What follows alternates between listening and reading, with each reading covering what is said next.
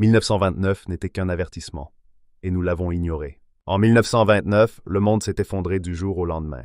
Des fortunes disparues, des banques fermées, des familles ruinées. C'était censé être une leçon, un avertissement pour ne jamais recommencer les mêmes erreurs. Et pourtant, presque 100 ans plus tard, nous avons tout oublié.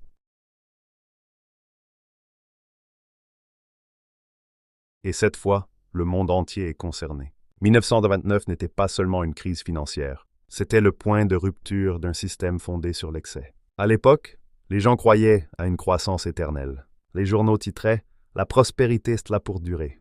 Mais sous la surface, tout vacillait. Des dettes massives, des marchés surévalués et une confiance aveugle dans les banques. Quand la bulle a éclaté, tout le monde a compris trop tard. Aujourd'hui, les signes sont les mêmes, mais en plus grand, plus rapide, plus mondiaux. 1929 était un avertissement. 2026 pourrait bien être la conséquence. Les années 1920, c'était l'âge du jazz et de la spéculation. Les Américains achetaient des actions à crédit. Les banques prêtaient sans limite. Les usines produisaient plus qu'elles ne pouvaient vendre. Tout le monde croyait à une nouvelle ère d'abondance. Mais en réalité, le système reposait sur une seule chose, la confiance. Et quand cette confiance s'est brisée, le château de cartes s'est effondré. Le 24 octobre 1929, le Dow Jones s'écroule. En quelques jours, 40% de la valeur des marchés disparaît. Les banques ferment, les entreprises licencient, la crise devient mondiale. Ce jour-là, le monde a compris qu'une économie sans limite finit toujours par se briser. Relance d'attention.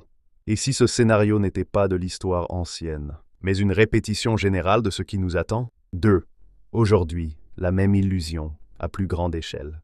Depuis la crise de 2008, les banques centrales ont inondé le monde d'argent. Les taux d'intérêt sont restés artificiellement bas, et les États ont dépensé comme s'ils étaient immortels. Résultat, une dette mondiale record, 350 000 milliards de dollars. Des marchés boursiers surévalués, et une génération entière persuadée que la bourse ne peut plus tomber. Mais l'histoire se répète.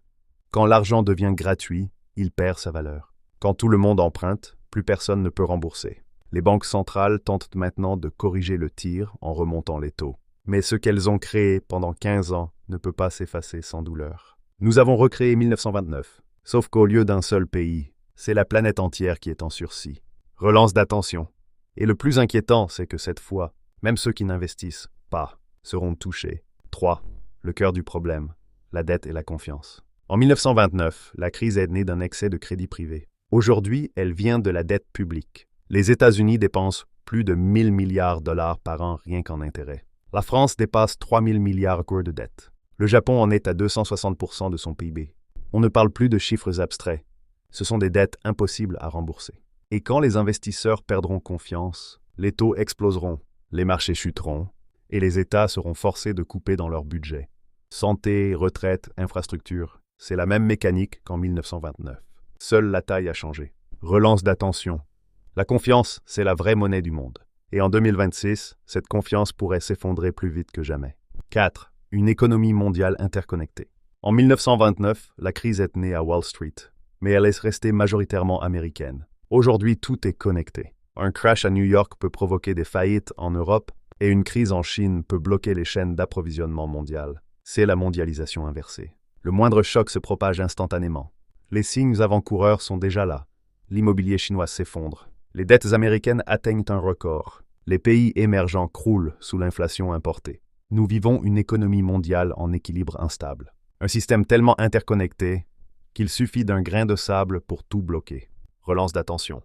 Et ce grain de sable, il est peut-être déjà en train de tomber. 5. Ce que 1929 aurait dû nous apprendre. La crise de 1929 a mis des années à se résorber. Mais elle a aussi créé une génération plus prudente, plus économe, plus consciente des cycles. Aujourd'hui, cette sagesse a disparu. On consomme sans compter. On investit sans comprendre. Et on vit comme si la croissance était garantie. Mais l'économie est cyclique. Elle respire, elle s'effondre, elle renaît. 1929 devait être une alarme. Nous l'avons ignorée. Et maintenant, l'histoire revient frapper à la porte. 1929 n'était pas la fin d'un monde. C'était le début d'une prise de conscience. Aujourd'hui, nous avons les mêmes signaux. La dette, la spéculation, la confiance aveugle dans la monnaie. La question n'est pas si le système craquera, mais quand. Ceux qui comprendront les cycles, ceux qui apprendront à se préparer, seront ceux qui construiront la richesse de demain. Parce que chaque crise est aussi une opportunité. Et si tu veux comprendre les prochaines avant qu'elles n'arrivent, Abonne-toi à Finavia. Ici, on ne commente pas l'économie. On t'apprend à la décoder pour en faire ton levier de liberté.